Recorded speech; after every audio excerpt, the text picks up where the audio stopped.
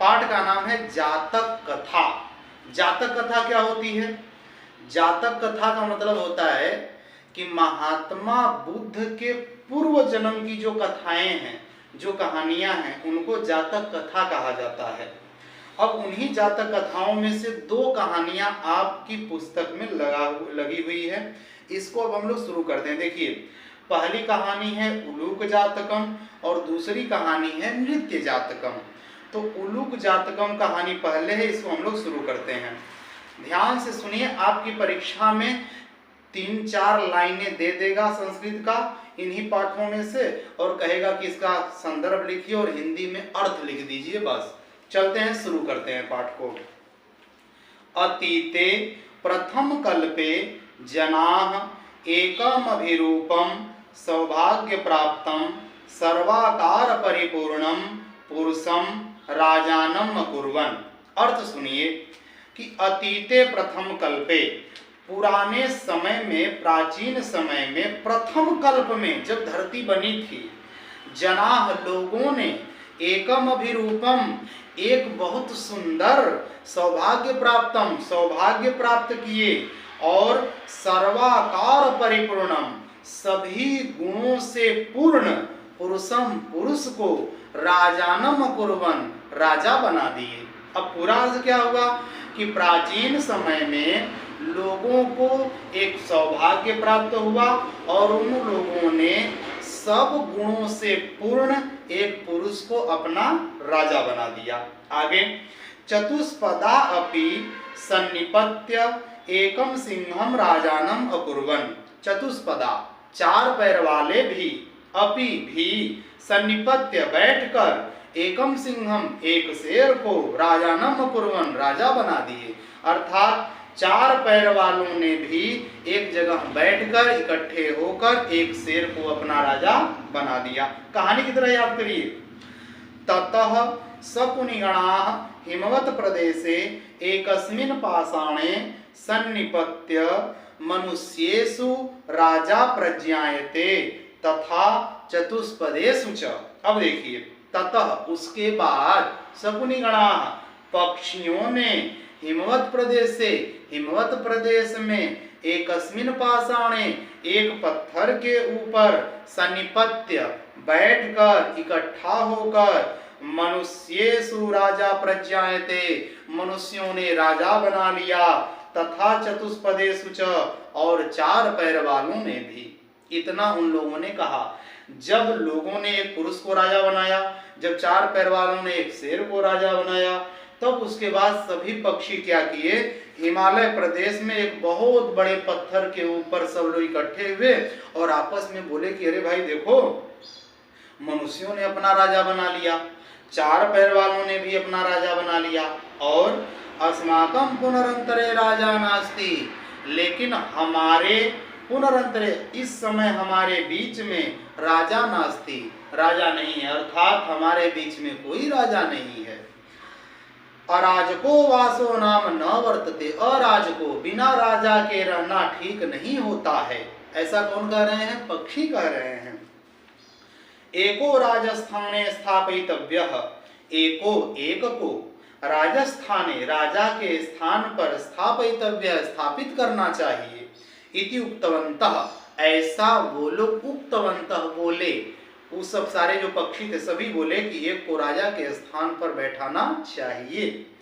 अथ ते परस्परम अवलोकयन्तः एकम मुलुकम दृष्ट्वा अयम नो रोचते इत्यवोचन। अब देखिए, अथ ते तब वे, परस्परम एक दूसरे को, अवलोकयन्तः देखते हुए, एकम उलूकम एक उल्लू को, दृष्टवा देखकर, अयम नो रोचते, अयम यह, नो हमको, रोचते पसंद है, इत्यवोचन ऐसा बोले। अब देखिए, अब वो क्या किए कि तब वो आपस में एक दूसरे को देखने लगे और देखते हुए एक उल्लू को देख करके बोले कि यह हमको पसंद है।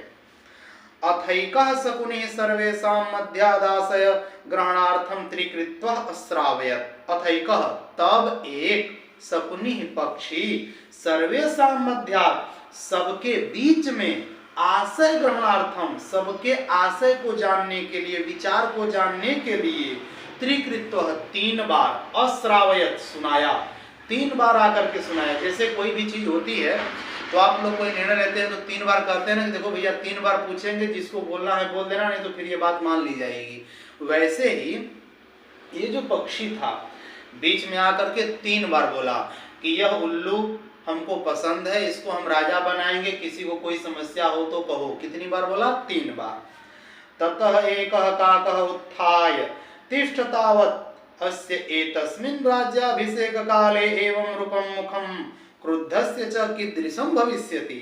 अब देखिए, ततः एकः काकः, तब एक कौवा, उत्थाय उठकर, तिष्ठ तावत् रुक जाओ, वहीं रुक जाओ, अस्य एतस्मिन् इसका, इस राज्याभिषेक काले, राज्याभिषेक के समय में, एवं रूपम मुखम, ऐसा रूप है मुख का, तो क्रुद्धस्य च कीदृशं भविष्यति, तो जब यह गुस्सा करेगा तो इसका मुंह कैसा होगा। किसने कहा? कौवे ने, कि रुक जाओ, देखो ये राजा बनने जा रहा है तो इसका मुंह ऐसा है, जब ये गुस्सा करेगा तो इसका मुंह कैसा होगा।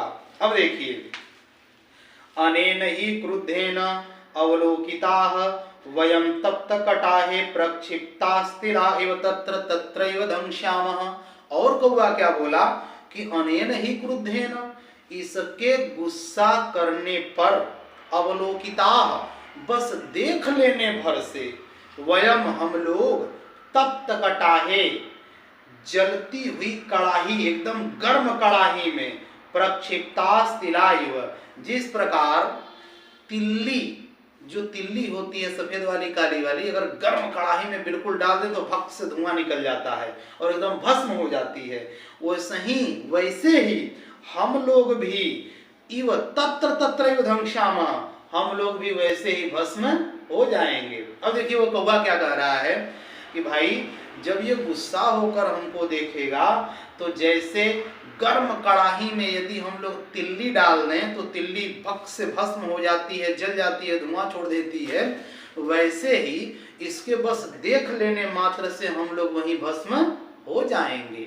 फिर आगे, ईदृशो राजा, ऐसा राजा, मह्यम मुझे, न रोचते मुझे रुचिकर नहीं है, पसंद नहीं है, इत्याह इत्याह, ऐसा उसने बोला। और क्या किया? अब देखिए भैया कितना चिढ़ा रहा है कौवा, कह रहा है कि ये मुझे पसंद नहीं है, ठीक है कह दिए, लेकिन अब वो गा गा के भी कह रहा है श्लोक के माध्यम से। क्या कहता है कि न मे रोचते भद्रम वह उलोकस्याभिषेचनम् अक्रुद्धस्य मुखं पश्य कथं क्रुद्धो भविष्यति।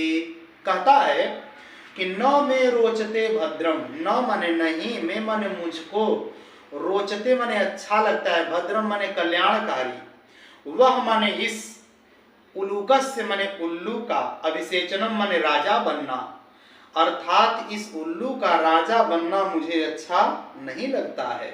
क्यों? क्योंकि अक्रुद्धस्य, अक्रुद्धस्य बिना क्रोध का है, तो मुखम पश्य, तो इसका मुंह देखो, कथम क्रुद्धो भविष्यति, जब यह गुस्सा करेगा तो इसका मुंह कैसा होगा। ये किसने कहा? कौवे ने कहा। इस श्लोक को आप लोग बिल्कुल रट लीजिए कि न मे रोचते भद्रम वह उलोकस्याभिषेचनम् अक्रुद्धस्य मुखं पश्य कथं क्रुद्धो भविष्यति। अब देखिए आगे, स एवं मुक्त्वा मह्यम न रोचते, मह्यम न रोचते इति विरुवन् आकाशे उत्पतत्। अब देखिए, स एवं मुक्त्वा, वह ऐसा बोलकर, कैसा? मह्यम न रोचते, मह्यम न रोचते, मुझे पसंद नहीं है, मुझे पसंद नहीं है, इति विरुवन्, ऐसा बोलता हुआ, आकाशे उत्पतत्, आकाश में उड़ गया। कौन? कौवा। बोला कि ये मुझे पसंद नहीं है, पसंद नहीं है, ऐसा बोलता हुआ आकाश में उड़ गया। और उलूकोपि, उल्लू भी, उत्थाय उठकर, एनम अन्वधावत, उसके पीछे दौड़ गया, अर्थात उल्लू भी उठ करके उसको दौड़ाने लगा, उसके पीछे पीछे उड़ने लगा। तत आरभ्य तभी से लेकर तौ वे दोनों अन्योन्य वर्णौ एक दूसरे के दुश्मन जातौ हो गए। तभी से कौवा और उल्लू एक दूसरे के दुश्मन हो गए। आज आप लोग देखते होंगे दिन में यदि किसी उल्लू को कौवा देख लेता है तो बड़ा दौड़ा दौड़ा के मारता है उसको अपनी चोंच से, और यदि रात में कोई उल्लू कौवे को देख जाए तो वो रात में बड़ा दौड़ा दौड़ा के मारता है। ये दोनों की दुश्मनी यहीं से शुरू हुई है इस कहानी के आधार पर। और शकुनयः अपि स्वर्णहंसं राजानं कृत्वा अगमन, और शकुनयः अपि पक्षियों ने भी सुवर्णहंसम सोने के हंस को, सुवर्ण हंस को, राजानम राजा, कृत्वा करके, बना करके, अगमन चले गए। और पक्षियों ने भी क्या किया, सुवर्ण हंस को अपना राजा बनाया और बनाकर चले गए। ये थी कहानी उलूक जातकम की। ये तो जातक कथा का पहला भाग हुआ। अब दूसरा जो भाग है वह है नृत्य जातकम। इसको हम लोग शुरू करते हैं। देखिए कैसी है ये कहानी। नृत्य जातकम अर्थात नाचने वाली कहानी। अतीते प्रथम कल्पे चतुष्पदाः सिंहम राजानम कुर्वन्। अतीते प्रथम कल्पे, पुराने समय में, प्राचीन समय में, चतुष्पदाः चार पैर वालों ने, सिंहम शेर को, राजानम राजा, अकुर्वन बनाए। अर्थात प्राचीन समय में चार पैर वालों ने शेर को राजा बनाया। मत्स्या आनंद मत्स्यम, मछलियों ने आनंद नामक मछली को राजा बनाया। शकुनयः सुवर्ण हंसम, पक्षियों ने सुवर्ण हंस को बनाया। तस्य पुनः सुवर्ण राजहंसस्य दुहिता हंस पोतिका अतीव रूपवती आसीत्। अब देखिए आगे, तस्य पुनः उसी, फिर उसी सुवर्ण राजहंसस्य, सुवर्ण राजहंस की जो राजा बना था, दुहिता उसकी बेटी, हंस पोतिका, हंस पोतिका, अतीव रूपवती आसीत्, अतीव बहुत रूपवती सुंदर थी। स तस्यै वरम दात् यत् सा आत्मनश्चित्तरुचितं स्वामिनं मृणुयात इति। स तस्यै, वह उसको, वरम दात् वर दिया, यत् की, सा वह, आत्मनश्चित्तरुचितं अपने चित्त की रुचि के अनुसार, स्वामिनम स्वामी, पति, वृणुयात चुन ले, इति ऐसा उसने कहा। उसके पिता ने कहा, क्योंकि बेटी बहुत सुंदर थी, बड़ी हो गई थी, तो पिता ने कहा कि तुम अपनी इच्छा के अनुसार, अपने चित्त के पसंद के अनुसार कोई अपना एक पति चुन लो। हंस राजा तस्यै वरम दत्त्वा हिमवती सपुनी संघे सन्न्यपतत्। अब देखिए, हंसराज तस्यै वरम दत्त्वा, उसको वर दे करके, हिमवती हिमालय प्रदेश में, सपुनी संघे पक्षियों के बीच में, सन्निपत जाकर बैठ गया, चला गया। नाना प्रकाराः हंस मयूरादयः सपुनिगणाः समागत्य एकस्मिन् महती पाषाण तले सन्निपतन्। अब देखिए आगे, नाना प्रकाराः अनेक प्रकार के, हंस मयूरादयः हंस, मोर, सपुनिगणाः और बहुत से पक्षियों का समूह, समागत्य आकर के, एकस्मिन एक, महती पाषाण तले बहुत बड़े पत्थर के ऊपर, सन्निपतन आकर बैठ गए, इकट्ठे हो गए। हंसराजः आत्मनः चित्तरुचितं स्वामिकम् आगत्य वृणुयात् इति दुहितरम आदिदेश। हंसराज आत्मनः अपने, चित्तरुचितम चित्त की रुचि के अनुसार, पसंद के अनुसार, स्वामिकम स्वामी, आगत्य आकर, वृणुयात चुन ले, इति ऐसा, दुहितरम आदिदेश बेटी को आदेश दिया। जब सारे पक्षी आकर के इकट्ठे हो गए, तब हंसराज ने अपनी बेटी को कहा कि बेटी आओ और अपनी पसंद के अनुसार कोई एक पति चुन लो। अब देखिए, सा सकुनी संघे, वह पक्षियों के बीच में, अवलोकयंती देखते हुए, मणि वर्ण ग्रीवम, मणि के रंग की गर्दन है जिसकी, और चित्र प्रेक्षणम बड़े रंग बिरंगे, मयूरम मोर को, दृष्टवा देखकर, अयम में स्वामी को भवतु, अयम यह में मेरा स्वामी को स्वामी पति भवतु होवे। क्या बोली कि ये मेरा पति होवे। किसको देखकर? तो मणि के रंग की गर्दन वाले और रंग बिरंगे मोर को देख करके। और इत्यभाषत, ऐसा उसने भाषण दिया, अर्थात कहा। किसने? हंसराज की बेटी ने, हंस पोतिका ने।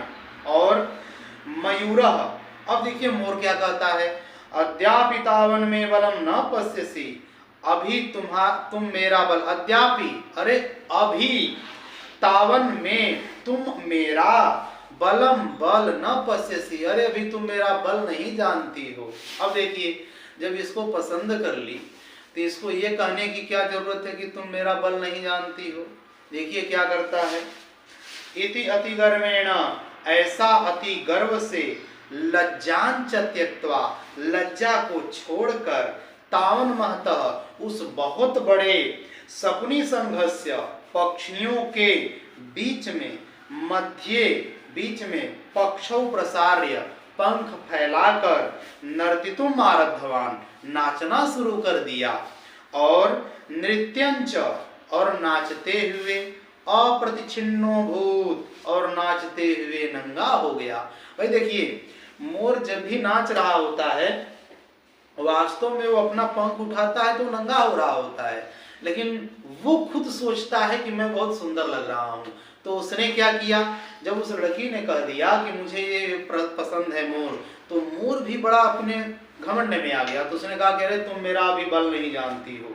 और ऐसा कह करके उस पक्षियों के समूह में अपने पंख को उठाकर, लज्जा को त्याग कर नाचना शुरू कर दिया। और नाचते हुए क्या हो गया, नंगा हो गया। अब देखिए, स्वर्ण राजहंस लज्जितः, जो स्वर्ण राजहंस थे, जो राजा थे भैया, जो अपनी बेटी देने वाला है जिसको, और वो नंगा होकर के नाचने लगे बीच सभा में, तो लज्जित नहीं होगा? तो वो लज्जित हो गया स्वर्ण राजहंस की। बताओ मेरा जो दामाद मिला है वो कैसा मिला है, नंगा होके नाच रहा है, बताओ क्या करेगा? तो वो लज्जित हो गया। और अस्य नैव ह्रीः, इसको लज्जा नहीं है। अस्ति न बरहाणाम समुत्थाने लज्जा, बरहाणाम पंखों को, समुत्थाने उठाने में लज्जा, न तो इसको शर्म है, कोई हया है, न तो पंखों को उठाने में इसको लाज है। नास्मै गतत्रपाय, न अस्मै, नहीं इसको, गतत्रपाय स्वदुहितरम दास्यामि, मैं इसको अपनी बेटी का हाथ नहीं दूंगा। इत्यकथयत, ऐसा उसने कहा।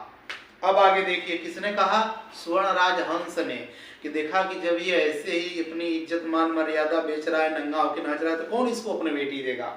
आगे, हंसराज तदैव परिसन मध्ये, हंसराज तदैव उसी परिसन मध्य, सभा के बीच में, आत्मनः अपने, भागिनेयाय भांजे को, हंसपोतकाय हंसपोतक को, दुहितरम अदात अपनी बेटी का हाथ दे दिया। अब देखिए उसी सभा के बीच में इसका भांजा आया हुआ था जिसका नाम था हंसपोतक, उसी को अपनी बेटी का हाथ दे दिया, अर्थात उसी के साथ उसका शादी करा दिया। और देखिए, मयूरो हंस पोतिकाम अप्राप्य, मोर हंस पोतिका को अप्राप्य अर्थात न प्राप्य, नहीं पा करके, लज्जितः लज्जित हो गया, और तस्मात् स्थानात् पलायितः, और तस्मात् उस स्थानात् स्थान से, पलायितः भाग गया, और उस स्थान से भाग गया।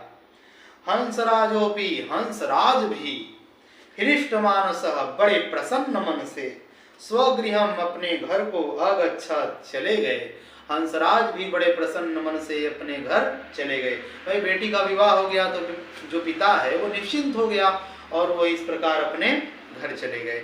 इस प्रकार देखिए आपकी ये कहानी समाप्त हो गई। यदि आप इसको बड़े ध्यान से देखेंगे तो आपको लगेगा कि हाँ ये जो है इसका अर्थ आपको समझ में भी आ जाएगा, और आपकी परीक्षा में अगर पूछेगा तो आप इसका अर्थ भी लिख सकते हैं। इस प्रकार आपका यह पाठ समाप्त हो गया।